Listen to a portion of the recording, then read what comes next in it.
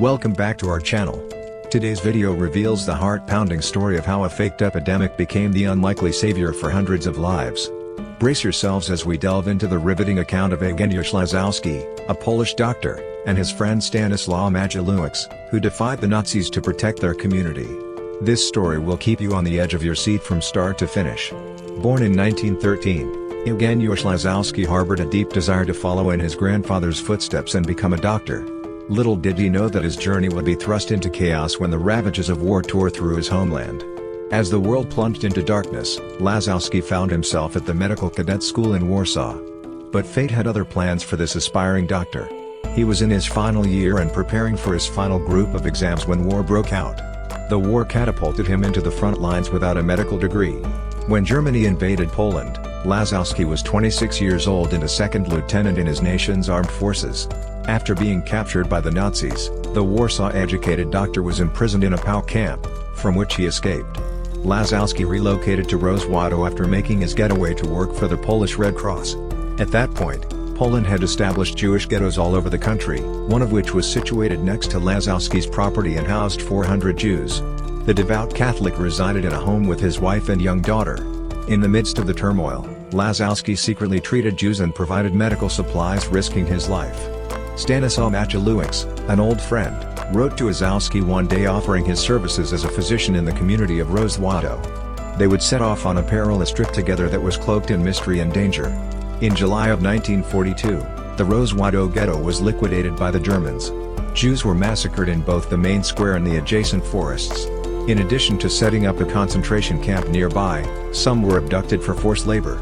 Around the time of the ghetto's liquidation, Maciejewicz stumbled upon a way to make someone test positive for typhus without having the disease. A bacterial strain of Proteus, dead epidemic typhus, was injected into the patient, who would subsequently test positive. Lazowski and Maciejewicz immediately realized they were onto something important. The Germans were terrified of typhus, a lice-borne illness known to decimate army regiments during the war.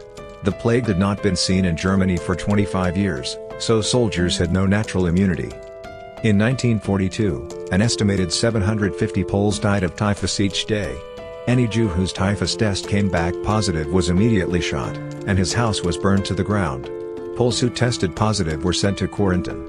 Lazowski and Maciejewicz infected numerous villagers with fictitious typhus during their first 2 months of covert work, informing the flu-stricken patients it was protein stimulation therapy for their ailment.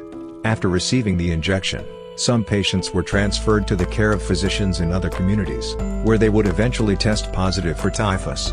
The conspirators took care to match the outbreak's natural rhythm.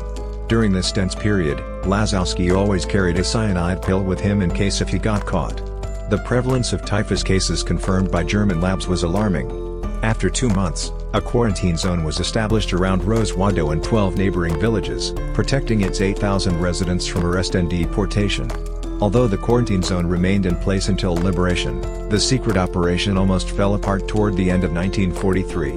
The lack of deaths in the region did not match the number of typhus infections, and the Gestapo sent an investigative committee to check up on the physicians. Lazowski used Oskar Schindler-like tactics to fob them off, keeping the vodka, kielbasa, and music flowing during their visit. Enjoying the party, senior members of the commission sent younger doctors to collect blood samples from sick-looking patients, all of whom had been given the bacterial strain that mimicked typhus. German doctors were so afraid of contracting the illness that they did not seek for any symptoms among the patients. With the Russian army across the river from town, the Nazis were taking their final revenge on the people of Poland. Due to his work fighting typhus, Lazowski had so far escaped harm, but the soldier forewarned that his arrest was soon to come.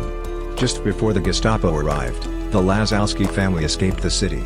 For 13 years, Lazowski lived in constant terror that the Soviet authorities in Poland would retaliate if his wartime acts were discovered.